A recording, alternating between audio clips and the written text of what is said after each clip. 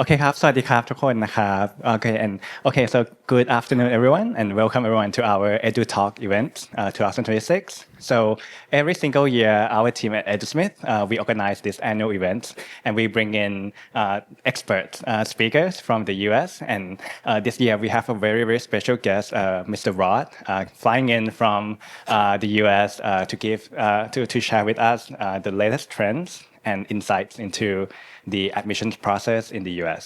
And so before we get to the main event, I just would like to spend like the first 5 minutes talking about who we are at EduSmith. I'm sure a lot of you in here already know who EduSmith are, but for those who are new to EduSmith, I just want to say a few words about what we do here.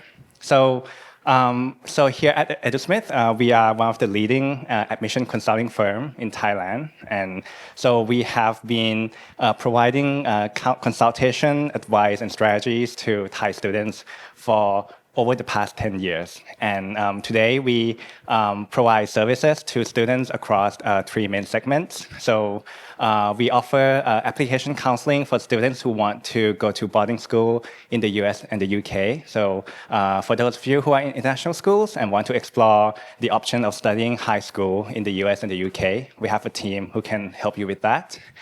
And our main program is the US undergrad counseling programs. So we help students and family navigate through the very complex and often confusing process of applying to university in the US and also in the UK.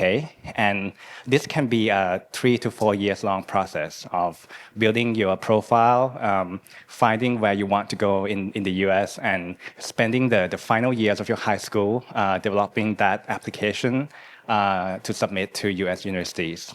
And our last main program is the MBA and master degree application programs. So for people who want to go study master degree and MBA also in the US, UK, and other destinations, we have a team of expert consultants who can help you work on your applications.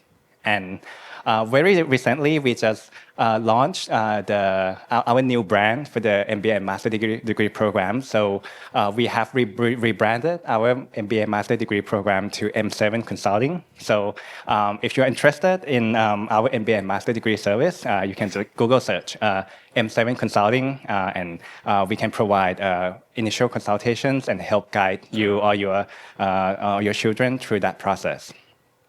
And so, as I have said, like we have been helping Thai students for the past 10 years, and I'll let our track record speak for itself. So, over the past 5 years, we can confidently say that our team has helped Thai students from both Thai school and international schools here in Thailand get accepted to a number of Ivy Leagues and top-tier schools in the US and in the UK. And if we think of EduSmith as a school in Thailand, we would be the school that sent the most number of students to Ivy League and top 30 schools in the US. And so, well, without further delay, I would like to introduce our main speaker for today, Mr. Rod Bulgarin.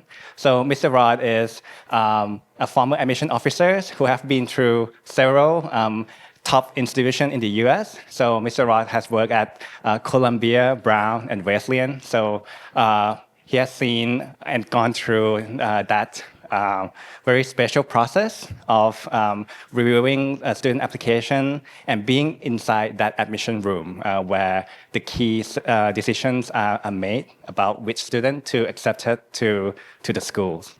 So yeah, I would like to pass over the mic to Rod and have Rod introduce yourself and start our main event today. Great. Thank you so much, James. Can you all hear me? Great. So Rod, thank you so much for coming today. And James, thank you so much for inviting me. I'm fortunate that because I'm one of the few admissions officers or few people that actually has worked at several Ivy League schools, that I get many invitations to speak all over the world.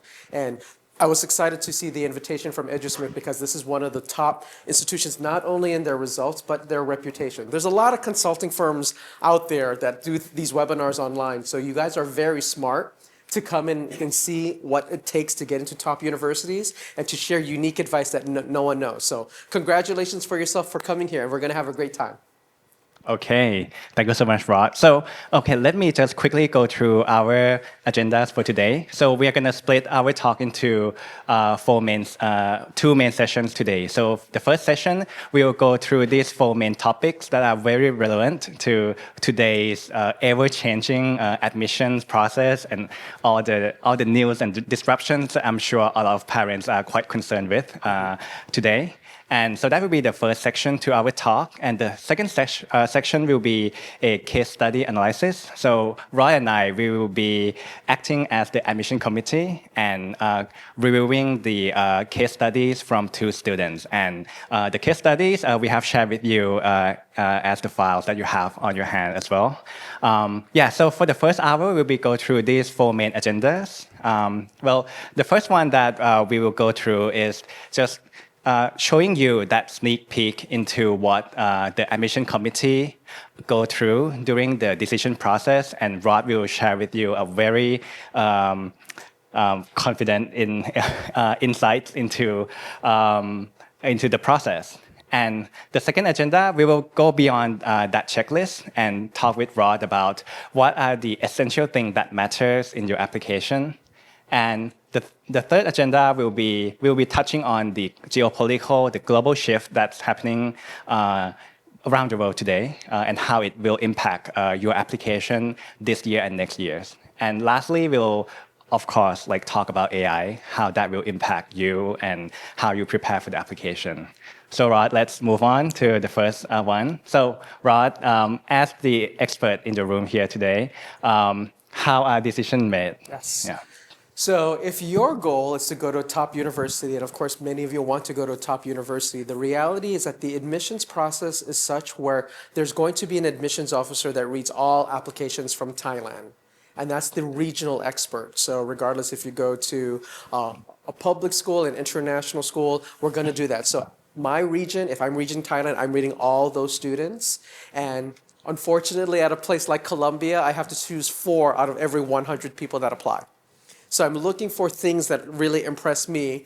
And so part of this is looking at whether or not the student can really do well at Columbia, not just the GPA and test scores, but I'm looking at what kind of student we want. Because my job as an admissions officer is to admit students not that the faculty would want, but also other students will want. But that's one person making that decision. I take my notes, I make my preliminary decision of admit, waitlist, or deny, and then I think about what's best for my institution.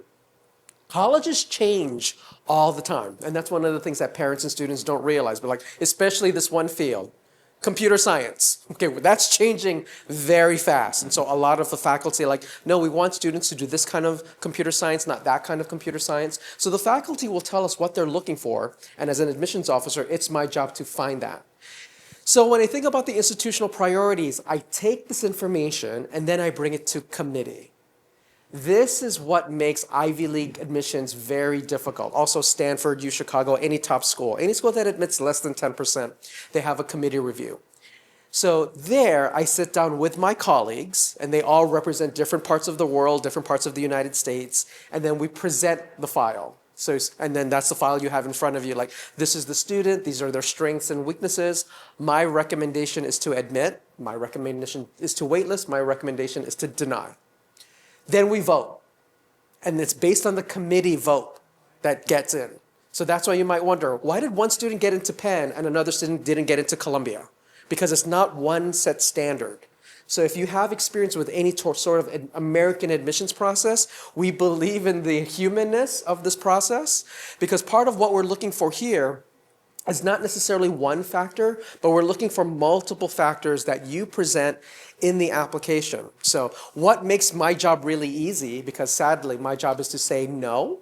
If I see a mistake in the application, then I can easily say no, and I just move on. Do you all know how much time an admissions officer has to read an application? Any guesses? 5 minutes? What is? 2 minutes? How many says longer than 2 minutes? Longer? What? 15 minutes? Okay. It could be between 2 and 15 minutes. Because if I see something at the beginning that I don't like, I stop. If I know the student's deniable, I stop. But if I see something that I like, I continue reading. Okay? Because that's my job. I have to go through these files. And because of this, that's why AI cannot replace what we do. There are a lot of universities that are thinking of bringing AI to help read the applications. But the reality is, AI can't know what's good and what's bad because you have to program AI. So this is still a very human process. And so this is how the admissions committee process works and that why it takes so long for your child to get their admissions decision. Thank you, Rod. And I just want to dig a bit deeper into some of these process. And like starting with the first read, you were talking that the universities will have specific members for different region of the world, right? Mm-hmm. And so one of the questions I got asked a lot is how are students from Thailand being grouped? Are we being grouped with all the countries in Southeast Asia or just like the neighboring countries? Are we competing with students from like say Singapore and Vietnam? Mm-hmm. What are your stance on that? Yeah, so typically there is a reader who reads all of schools in Asia. They don't have to be Asian. So even though I'll be reading Thailand and Vietnam and Singapore and the Philippines, I'm not comparing students across the country because the opportunities in Manila are very different than the opportunities here in Bangkok. On the flip side, we don't have quotas. So one year I could take 5 kids from Thailand, the next year I could take 0 because my goal is to stick to that acceptance rate. So there's no preference one or the other. We just know that every country, every system, every school is different. Also, every city and place has a reputation because of the culture that's there. And so, for example, if you are from Singapore, there's an expectation that I have of what a top student is from Singapore. That expectation is not the same for students in Thailand. Different school system, different culture, different economy, right? So that's one of the things about the humanness of the admissions process. And that's why no computers can do this, where it's just like GPA, SAT score, you're in. Like we can't do that because everything is so different. Okay, that's really insightful. So now that we know these like 4-step process that are quite standard across a lot of the top schools in the US, let's dig a bit deeper into the second part, which is what you as the admission officer really look for when you look and screen through that application file. So Rod, you want to start here with the first one? So there's actually 5 to 6 things that we're really looking for in the application.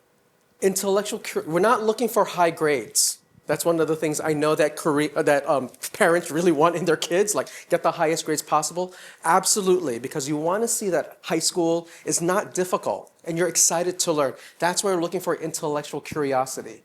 What makes American universities great is that we offer 6,000 classes every semester. And even though you know what kind of job you want to do or what you want to study, we want you to take a look at the curriculum and you're excited to learn. So you can think about your own classmates and your own experience. You might have friends who be like, yeah, I'm the smartest kid in the class, but are you excited to learn? And so that's what we're looking for is intellectual curiosity. Working with firms like EduSmith, they can help develop your child's educational enthusiasm and your intellectual curiosity because this is something that's just not like, if you do research, you're intellectual curious. Not necessarily, because once again, it's based on your individual file and what you want to study. Yes, I think that's a really key thing, Rod. And I think just the word intellectual curiosity can be very difficult to comprehend and understand, right? Like Rod, like you just mentioned that just doing research, that doesn't count as intellectual curiosity. So can you give us maybe like a solid example of what you would sense as like a really good way to display intellectual curiosity? Absolutely. So how many of you love math? It's okay, raise your hand. Great. So in a lot of math classrooms, usually it's just the teacher giving you the assignment and you answer the questions and you turn it in, right? Intellectual curiosity in a field like math, the sciences, part of it is going beyond that curriculum. Like, so I'm great, I know the answer for this. It's not asking for more questions, it's more about, so how do I apply this? How can I use it in other areas? How can I help my friends understand this more? You see, you're using what you've learned to make other things better. Because I know for you high school students, there's a lot of pressure for like, okay, just get it in, get on the exam. But we want to see that you're using that education going forward. So like I said, research can be one example, but not necessarily the only way you can show your intellectual curiosity. Yeah. So maybe like building on to what your examples, if you love math in the classroom and you feel like you want to pursue that further and you start like a math club at school or start like an after school math tutoring session for junior students at your school, that could be a good way to showcase. Or, and this is the joy of your generation because everything's on your phone now, you can watch math lectures online and be like, oh, look, they're talking about new ways of math that I never thought about before. See, that's just curious because I'm just like excited to learn. Exactly. Okay, let's move on to the next one. Yes, authentic voice. Okay, so for those of you who are using AI, you know that you can write your paper on AI, but it's a computer writing your paper and you don't have an authentic voice. As I said before, part of the admissions process is to really get to know you. And because we have so many applications, we can't interview everyone. And so when we're looking not just at the essays, but the overall application, is there an individual doing this? So for me as an admissions officer, we know that you as students, you have to do X, Y, and Z. Yes. But we really want to understand the why and what inspires you, like what motivates you. And so that's what we call the voice, because we see that it's a person that really is inspired to do this. It's your heart. Also, because there's a lot of people helping students, even before there were consultants, there were parents, there were relatives helping students with the application. We do want to see it's a teenager that's speaking. We all want to see where you're coming from, because when we're reading essays, this is how I can remember students that are different from one another. Be like, oh, this essay sounds like an individual that's speaking to me. So this takes a lot of work to develop because sometimes you don't know what your voice is. And so working with someone to help develop that skill can make sure that your essays, and if you're applying to the top school, it's a lot of essays, warning, that all these essays sound authentically like you, and that this voice allows you to bring that unique perspective when you come to America. And I want to emphasize here that the voice is not the same as having the perfect grammar or a perfect writing style. So I just want to ask you a bit more about this, Rod. How important is having the perfect grammar or having the perfect sentence structure in the essays? Okay, there's no such thing as perfect. That's One true. of the lessons I learned, and I'm very lucky that I had this experience in 7th grade. So if you guys are younger, please, hopefully you have this experience. So I was lucky that my English teacher in 8th grade forced all of our students in the gifted program to take a summer writing class with her. And so this is before when students did that. And one of the lessons I was like, good writing only comes with editing. And you can continue always being a good writer. So perfect never exists. The thing about the essays is that you want to feel like this is me. This is my story, and the reality is, this is where it's really hard. A lot of admissions officers, behind closed doors, we don't say this in public, but I can say this in public to you.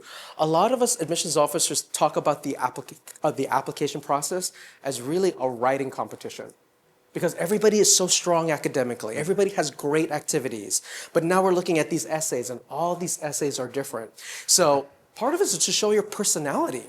So if you're funny, if you're a nice person, if you're a religious person, if you really love your dog, one of my favorite essays I still remember to this day is a kid writing about his cat. And I just love reading that essay. So we wanted you to be memorable. And to be memorable, you want to be able to show your authentic self. Yeah. So I think a good way to say this is the essay is the vessel for you to show who you are as a person, Yeah. right? Yeah. Okay, next one. Yes, so this is really important because once again, we know that students are always worried about grades. In fact, one of the questions that I never liked when I did college fairs, when I did presentations at Columbia and at Brown, the most common question that parents and students would ask is what's your minimum SAT score? What's your minimum GPA? And we don't do that.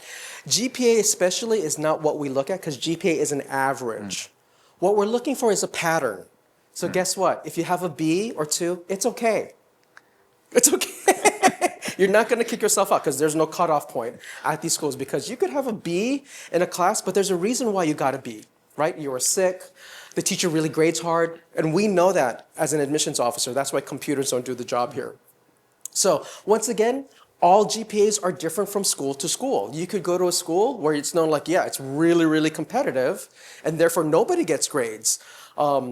At the top schools in the United States, the reason why they're the top is because we know how hard the grading system is. Fun fact with data, because of the pandemic, roughly in the United States, 80% of the grades are A's. So I have a nephew, and I give, whenever he wants money from me, I said, show me your report card. And I should have changed the metric because the teacher's all giving A's. I'm like, so that's one of the things. So we know that A's don't show everything. Okay? But the most important thing is your rigor of your curriculum. Remember, back to intellectual curiosity too. A lot of schools might have minimum requirements. Oh, you only need to take 2 years of a foreign language. Yes, that's true for many high schools. But the curious students want to take it more, you see?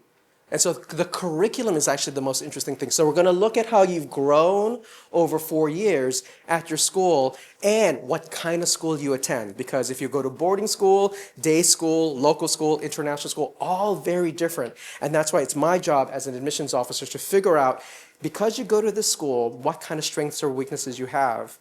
And last point, we also know which schools are the best. So because you attend the best school or a really high quality school, that means I'm going to be more excited of more students. One of the things that I shared in our boarding school presentation is that if you go to a top boarding school, if you're in the top 25%, you can definitely go to the Ivy. Like the Ivy League is for you. But if you don't go to a top school, we're talking maybe 1 or 2 students. You see the difference? That's the difference with context of the kind of environment you go to. Okay.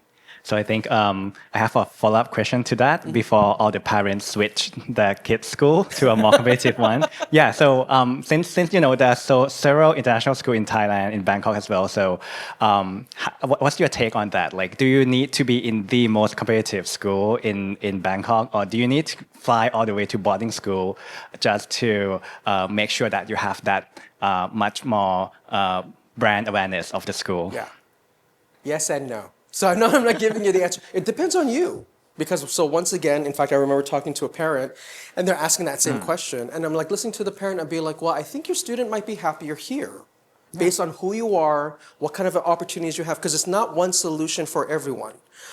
One of the things that I do say the boarding schools can do a much better job with is they don't really push students a lot in STEM. Like a lot of boarding schools, they don't do competitions. It's just not their thing. Like, we don't want you to compete. And for some students, they really like that environment.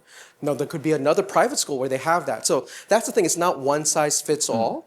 And especially here with so many international schools that have different kinds of systems, American, British, that, some students might be better in others than whatnot. So regardless of what environment you go to, the goal for you is like, this is something that I love and it can be the best student possible. Yes, I think that's a great point. And I also advise parents to make sure that your kids are the happiest at the school that you choose and that they can thrive in that school, because most of the time your students your children will be spending 6 to 12 years at that school, right? So make sure that they find the place that your children are the happiest. Okay, up next is... Okay. So when we're looking at your activities list, we're not counting the number of activities. And I know for some people, they just think like, just do more. I've always told students this, it's about quality, not quantity. Okay, the last time I checked, there's only 24 hours in the day. The last time I checked, students should be sleeping between 6 to 7 hours, not 3, every night. So it's not about, I got involved with all these other things. We want to know what you care about. So as a student, don't just simply follow people, be like, okay, I need to do this because everybody else is doing it. Do it because you want to. Do it because it excites you. Because as an admissions officer, when I'm reading the resume, my first question is why? Why are you doing this? Why are you doing this community service? Why are you doing this competition? Why are you spending your summer in the United States? I want to know the why, because we know that there's a lot of advice online that says you need to get involved. Those places are not really understanding who you are and what you can offer and what your talents are. So when we're looking at the resumes, we want to be able to see what you care about and how you're sharing it with others. That's the key thing about impact. Remember, part of the reason why admissions officers who work at the top schools, what makes us so excited about our jobs, I wish you guys could be in the admissions committee and look at the files. There's amazing kids in the world doing amazing things. But we also take responsibility that if you go to Yale, if you go to Stanford, if you go to Duke, that you're going to be a leader in the society in one way, shape, and form. That you're going to make a difference. Even as a high school teacher, you're going to make a difference in the world. And that's why impact is really important to us, because we know that if you're making impact now in high school, you're going to definitely continue that in college. Can you maybe share like an example of an impactful activities that you saw in the application that still sticks with you today? Absolutely. So impact doesn't mean leadership, right? I got to be present. There's a lot of presidents who do nothing. We know that. So I have a student right now.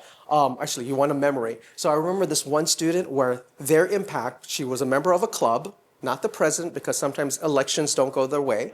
But because she wasn't the president, what she did was she created new opportunities for the clubs to do more interesting things. It was actually the fashion club. So I was like, ugh. But she took fashion and she noticed that the leadership was doing traditional fashion. Let's look pretty, let's look nice. And she said, I think we're excluding people here because we're not acknowledging different body types, different cultures. And so she really pushed an agenda that shows fashion is for everyone, not just for models, not just for K-pop stars. And so that was the thing that I could see an impact. And because she did this work, a lot more students joined the organization. A lot of boys joined the organization because before they thought it was just a girls' club. So you see, so that's an example of impact without being the president, chairperson, or anything. It's because she's making a difference. Yeah, that's very interesting. I really like how you said she doesn't need to be the president of the club, but she can still make a really impactful actions that shape her character and her story, right? So in fact, before we move on, I just want to talk about this is the fun job that we have as admissions officers. So like I said, we read per region, and typically because computer systems you'll put the GPA in, and so it'll be ordered, and everything's on a computer, so there's no paper files.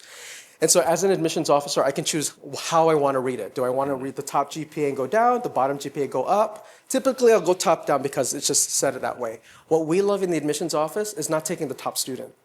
It's taking the kid in the middle because they have better impact. Like they've done more interesting things. Mind you, the GPAs are decimal points. So these are not someone with a 2.0 GPA. But I'm not going to be impressed because you have 4.0. I'm going to say okay, you have a 4.0, so what have you done with your 4.0?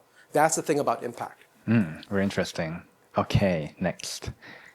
Fit. So fit is something that's really confusing if you haven't been in an American system, because what is fit? It's not about clothes.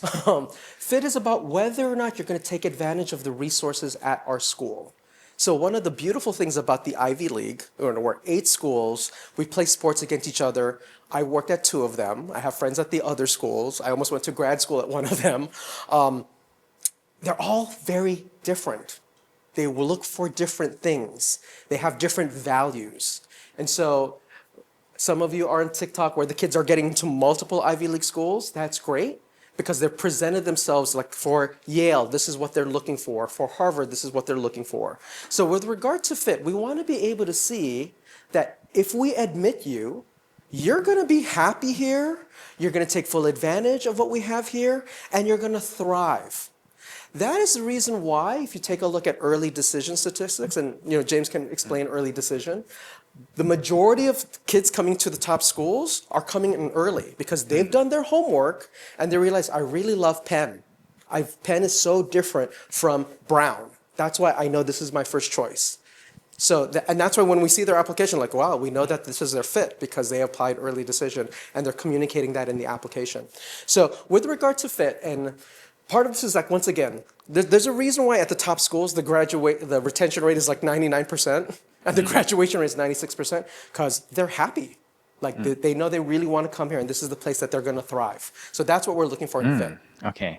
And so for those of you who don't know, early decision is an option in the application where you can apply early on. And you can only pick one school to apply as the early decision choice.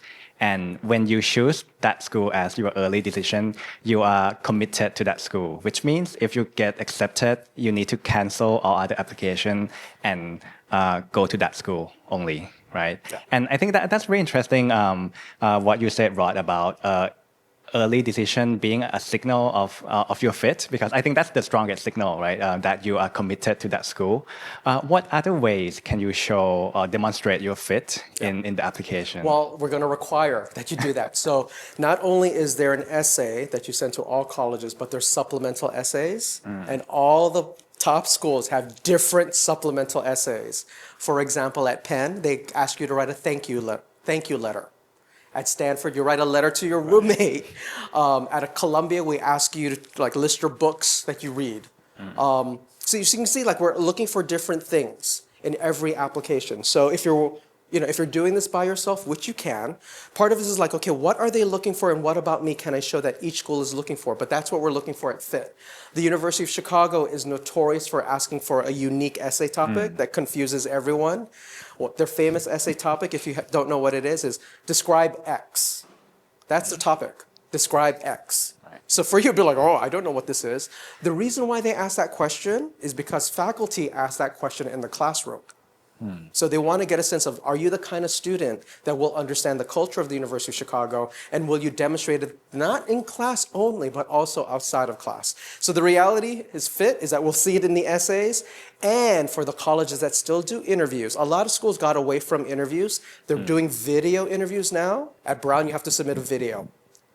And so we're looking at you, but free advice, at Brown, it's not just what you say in the video, we're also looking at the background because it's visual.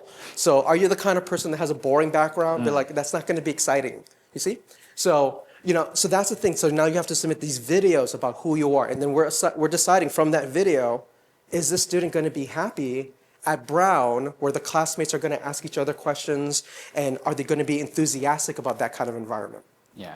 And I think it's also show your intention and the efforts that you put into developing that essays or that video as well, right? So like if you are going to show that you are really the good fit for that school, you should have put in a lot of efforts into researching and getting yourself to know a lot about that school as well, right?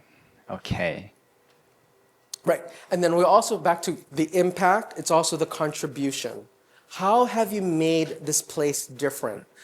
One of the things about the students who are most impressive, they can look back at their high school career and they can say, I've clearly made a contribution to this campus.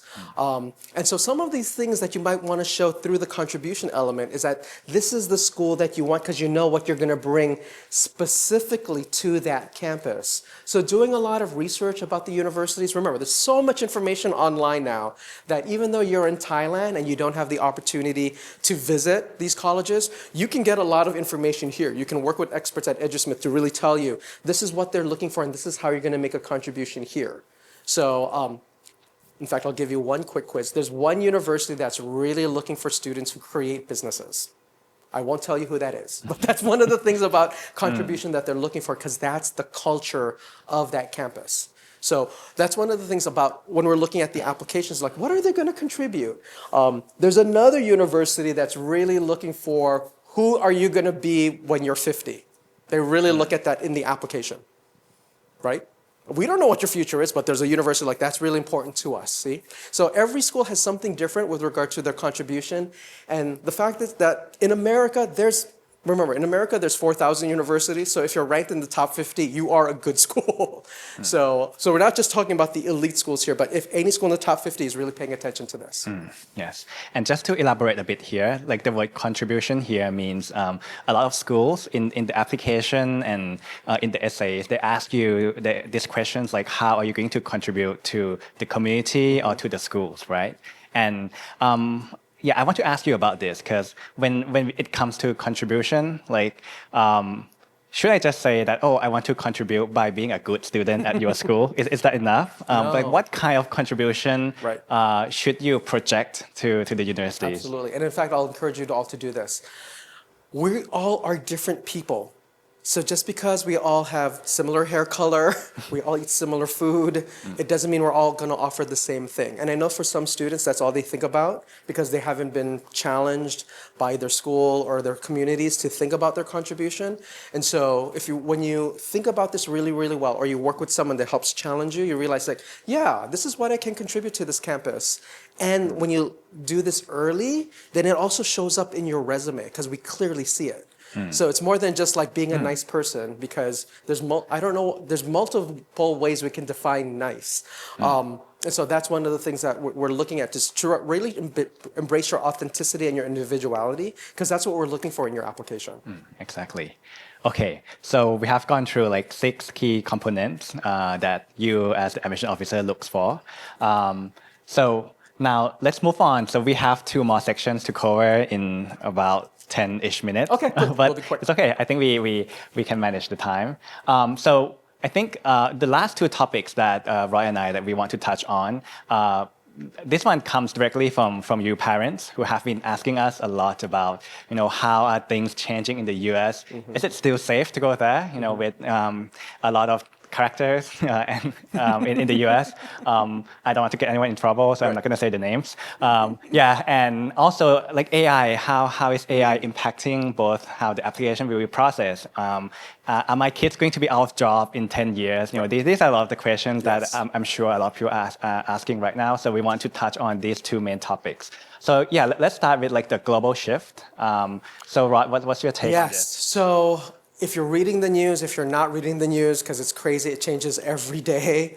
And this is why I was so excited that EduSmith invited me, because you are so lucky to know what's going on and how higher education in America is changing very quickly, more than anything else. So here's a good example. At Harvard, they're cutting 25% of their staff. This is Harvard with all its money, and they're going through changes. So clearly with the climate and visas, because we have a president who believes he can pick and choose which countries he likes and doesn't like. And so that's really hard because we still have to work within that system. You could be admitted to Yale and you can still be denied a visa. And so that's one of the things that we are paying attention to in the admissions office. We're being aware of which countries are difficult to get visas from. And so sometimes our admissions decisions is like, well, if we know it's going to be difficult for them to get through scrutiny from immigration, we might waitlist you, even though we might really want you, and admit someone else from another country.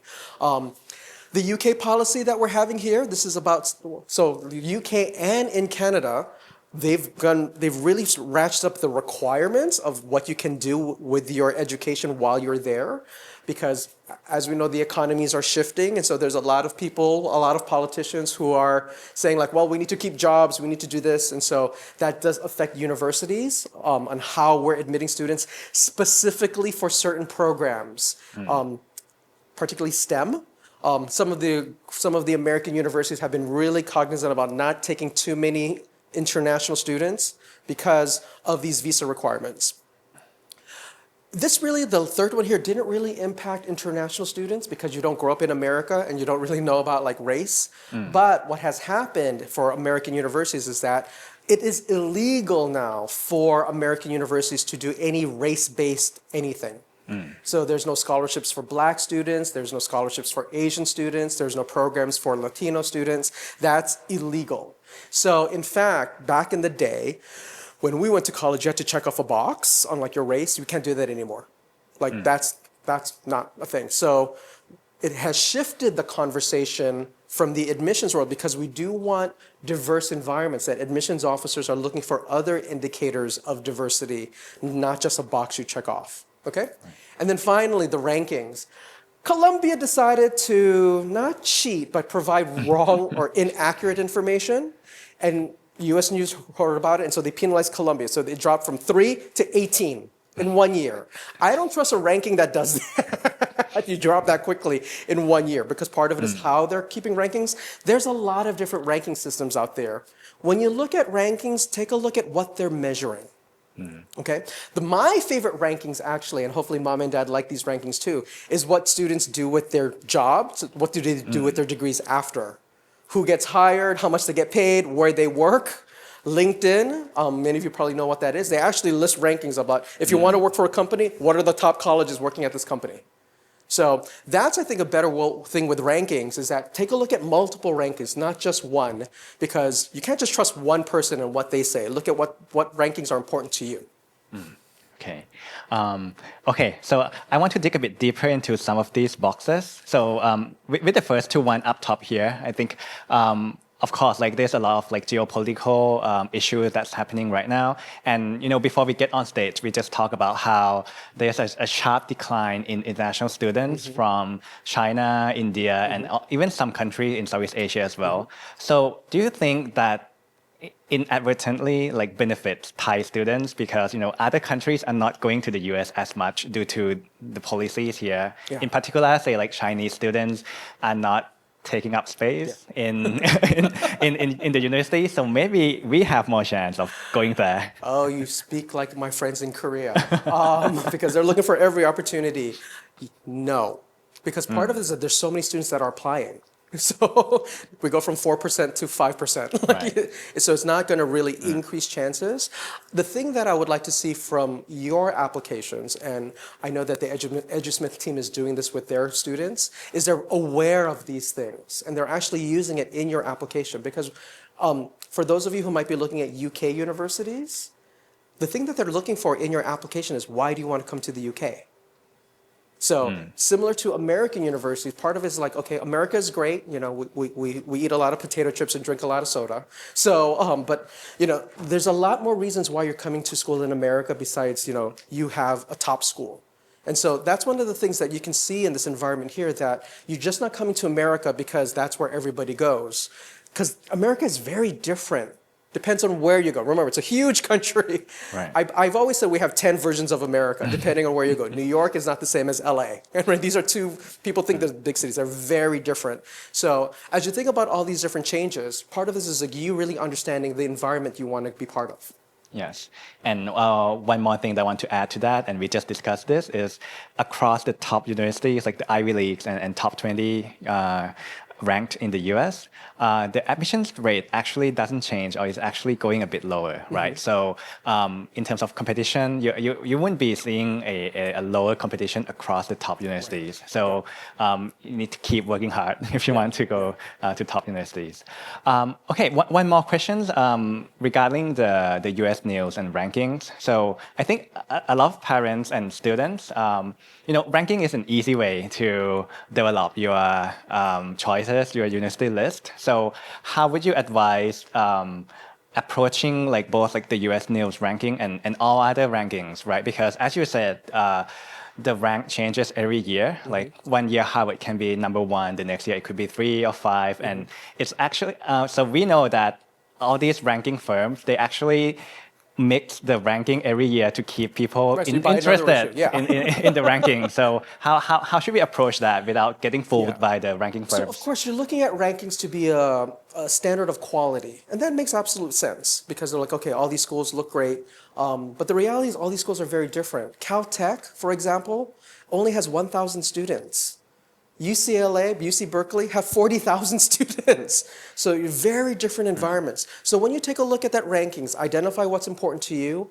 But this is the thing that I do like about rankings. Take a look at them not by 1, 2, 3, 4, 5, 6. Take a look at them by cluster, like the top 20, the top 50, the top 100, because that actually gives you more opportunity to see what the quality is. Because yeah, a school that's ranked 3 is much better than a school that's ranked 35. But look at it as clusters as opposed to 1, 2, 3, 4, 5, because there's not a lot of variance. If you look at law school, and law schools know this, because for the top law schools are T7, T14, because that's the top 7 and top 14, not 1, 2, 3, 4, 5. So that's the advice that I give for families if they look at rankings. Yes, I totally agree with that. Like, don't look at the individual numbers, but look at it as a group of like the top 10, top 20, right?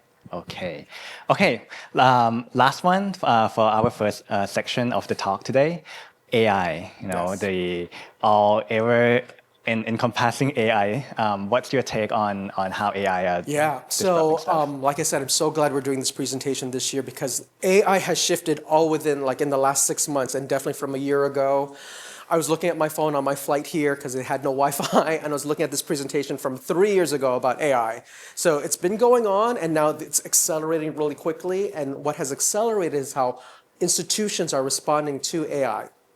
So right now, the AI is so good that I could tell AI, hi, create a website for me about, I don't know, best Thai food, and create a website taking a look at the photos in my phone about the best Thai food in Bangkok. And it'll do it in 5 minutes. That's how AI works now. So there's all these things that it makes things a lot easier. But because it makes things a lot easier, the top schools are reacting to it. A lot of schools have created their own AI. 3 days ago, the University of Texas says they're creating their own AI, their own Claude, their own ChatGPT, to be able to keep things in and to make sure that it's accurate. Also, AI is not 100% accurate. So if you're using AI, do it with a bit of caution. You just don't put something in and be like, that's the truth. So the thing with AI for admissions is this. Because AI can help you with essays, can help you find colleges, once again, it's about what information you put in. Okay? not necessarily things that you're looking at, because it's a machine. It's not going to get to really know you. So if you're looking like, I want to go to top school in business, oh, this is actually, there's a bias in the AI. A researcher figured this out. Because remember, it's looking at just numbers. So it's going to find the popular things. So it might not find the school where, oh, I want a scholarship or a school that gives you good internships, because you never asked AI for that. You just asked, I want the top colleges. So it's going to give you the top schools because it's the most popular schools. You see?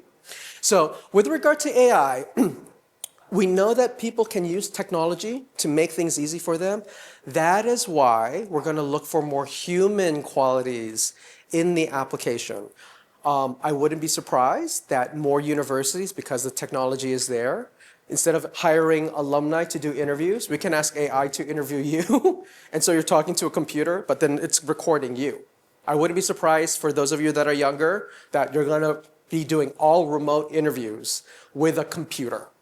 So, and they're going to record the data, you're going to be talking to a camera, and then admissions officers are going to look at that. Because now we can have the technology to do that, because then our interviewers don't get tired. The other thing here that AI can do, and some universities are trialing it this year. Clemson University was doing it, because what they're doing with AI is they're actually looking at for resumes and transcripts, because that's, once again, consistent across the board. So they can ask AI like, okay, find the students that have the top transcript by GPA or AP versus schools that not. Now, they're only using it as a tool, not to make decisions. Because some of you might go to school that doesn't have AP or higher level courses. So it just helps them filter. So they're trying to make things easy, but with regard to recommendation letters and essays, what AI can really do, some of your schools are already using this, is plagiarism. Like, is this fake? Did somebody else write this? Did you download this online? Like, there's a software that many universities do called Turnitin, where they give you a score on like how much it was like plagiarized. So be careful about that. Do you want to say something? Yes. Yeah. And talking about that, that's a very important topic, like the AI detection tools, like Turnitin, right? How do you think that will impact the application? Because I've seen like two sides to the coin. So some universities start using like Turnitin and other AI detection software, and a lot of parents and students are also worried because they can also there's also like free online detection tools, and one quote that I really like is that you can put in Shakespeare's into the detection tools and it will say that it's AI generated, right? So exactly. there's a lot of errors and mistakes from these detection tools. So how seriously are the university taking it, and how worried we should be if our own self-written works are being flagged as AI? Yeah. My work gets flagged by AI, because remember, AI looks at patterns. So if you're using the same pattern in your writing, it's going to think that it's that. So admissions officers are not looking at it and flagging it and denying people. They're going to reread it again and be able to say like, okay, is this AI accurate? And then they're going to compare it with the rest of the writing in the application. And so that's when it's going to be flagged, when it sounds different. We already did this naturally when we read applications. We were like, ugh, this doesn't sound like the student. This sounds different, because we can tell. It's like tasting food. Like, this tastes different. Same thing with reading. Same thing with reading an essay. Like, this sounds different here. So don't worry too much about it. So, I really like the point here about like AI can actually help you if you know how to use the tool. Where you're thinking about to brainstorm, you're thinking about the essays. That's why it was created, so you can help brainstorm ideas. But it's really important to speak with a human. I've had many students come up to me and like share their essays and said, AI said this about this, and they're like, well, I disagree, because once again, it's an opinion, not a human making those decisions. So not to worry too much about it. Use it as a tool to help you, but don't have 1,000% trust in it. I wouldn't ask AI where to invest my money. Like, that's not something I just wouldn't trust. Same thing here, just as an equal decision, right? Lastly, I think we've also mentioned this here about the authenticity of the voice, because a lot of students have their essays on computers, and so AI is looking at it. So if you ask AI, write me a college essay about a student in Thailand who wants to be an engineer, it'll do it in 2 seconds, and then you read it to be like, that doesn't sound like me. Like, this is not my story, this is not what I want to share about. But it gives you an idea of what it could be, so you can build off of that. What I've advised many students is that you shouldn't have writer's block now, because AI can help you be your guide. And so, like, if you want to make things sound better, but you're still the chef in the kitchen. It's still your dish. So while AI say like, well, you can watch a video on how to cook, you're still one, actually, you need to cook. Okay? I see. So, like, just to recap this section about AI, what would be your like number one advice to the kids here on AI? Okay. So if you want to raise your hand, you don't have to. How many of you still know how to handwrite? Okay. For people my age, stop. Because that's what's actually coming back in colleges. You actually have to sit down and do a 2-hour exam, handwriting your response. Okay, and I know for this whole generation, they don't know how to handwrite because they've been typing ever since they were a kid. They can do on iPad. Maybe, but so they're taking technology away because the top universities, we can do that. Many colleges have banned computers because they want you to focus on the conversation, right? Because we know you're on computers, you're watching ESPN, you're watching soccer scores, you're not focused. So a lot of colleges are doing that. But the assessments, that's the part that's interesting. And Yale has now instituted a policy, the faculty did this and the students approved. If you're writing a paper at Yale, you actually have to sit down with your professor and talk about it for 10 minutes. Because they want to know, like, do you actually know the ideas here? As opposed to AI did it, so they want to get to, so it's kind of like back to the British system because Oxford and Cambridge had these tutorials.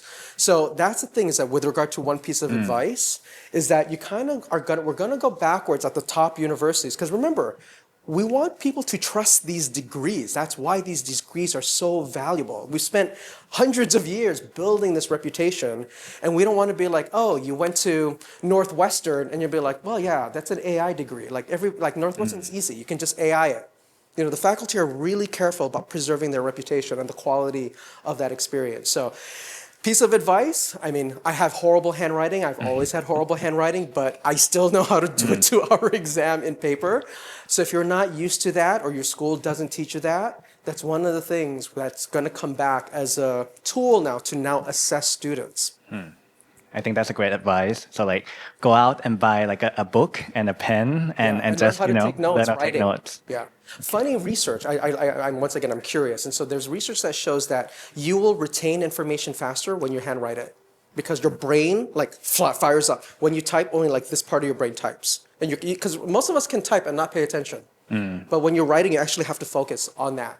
So for those of you that might be struggling a little bit in school, write those notes down or rewrite it. You'll actually retain it better. Research proves that. Okay. I think that's great advice. Okay, so